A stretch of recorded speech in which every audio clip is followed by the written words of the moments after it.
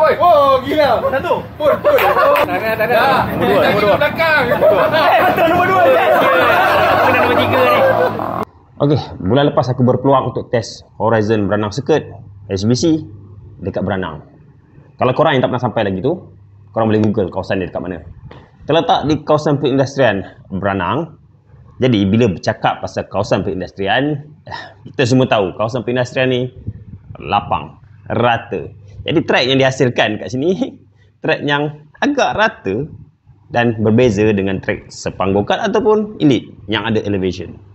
Walaupun ada orang yang cakap track ni macam track parking lot, tapi salute pada designer dia, track ni menarik. Ada 3 tempat blind apex. Macam kau tengok kat sini, dekat sini, dengan dekat sini. Tak kurang dengan tu, dia ada corner 3 beradik. Corner 3 beradik macam mana? Macam yang korang tengok dekat track Amerika lepas sebelum ni.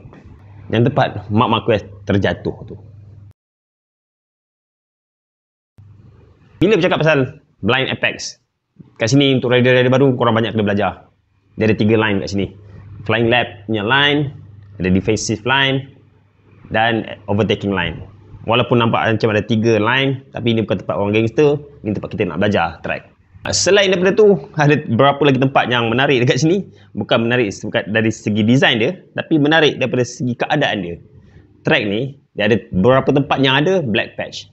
Kalau dekat Amerika, black patch ni kita gunakan untuk track drag. Dia menjanjikan grip yang lebih. Tapi dekat sini, aku tak tahulah kenapa, tricky sikit. Dia macam ada grip, macam tak ada grip. Yang aku boleh cakapkan, bila korang ada kat corner-corner ni, korang tak boleh throttle.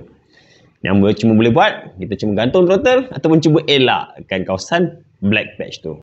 Dekat sinilah yang ada trik. Macam mana nak guna kelebihan dan kekurangan black patch tu. Satu, korang boleh elakkan apex dan gunakan line yang lebih luar. Of course, bahaya.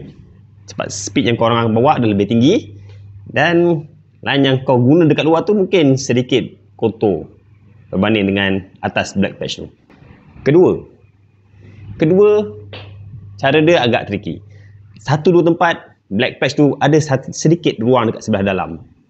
Ruang ni kecil, cukuplah untuk 1 atau 2 biji tayar. Dalam keadaan yang kritikal, masa kita race ataupun masa kita gunakan track ni, kawasan yang kecil tu kita boleh terlepas, kita masuk dekat black patch ataupun terlajak masuk dalam macam Marc Marquez, naik atas curb dan jatuh. Dan malam tu kita orang try dengan pit bike daripada Horizon 170cc made in China, tapi brake yang dipakai J1 ni brake yang sama power macam Brembo. Kalau korang tak tahu lagi, J1 memang company China dah beli dan orang boleh buat dekat banyak motor-motor dorang, termasuk motor-motor yang dekat on the road. Malam tu juga aku pakai suit yang aku pakai pada tahun 2018. Nak cakap aku ni masih lagi kurus dan maintain. Konten ni lah konten motorsport, konten berkaitan dengan 2 roda. Kalau korang minat dengan konten-konten macam ni, jemput tekan butang follow. Dan kalau korang nak join event, join Brab Motorsport dekat page biru. Jumpa lagi untuk video akan datang.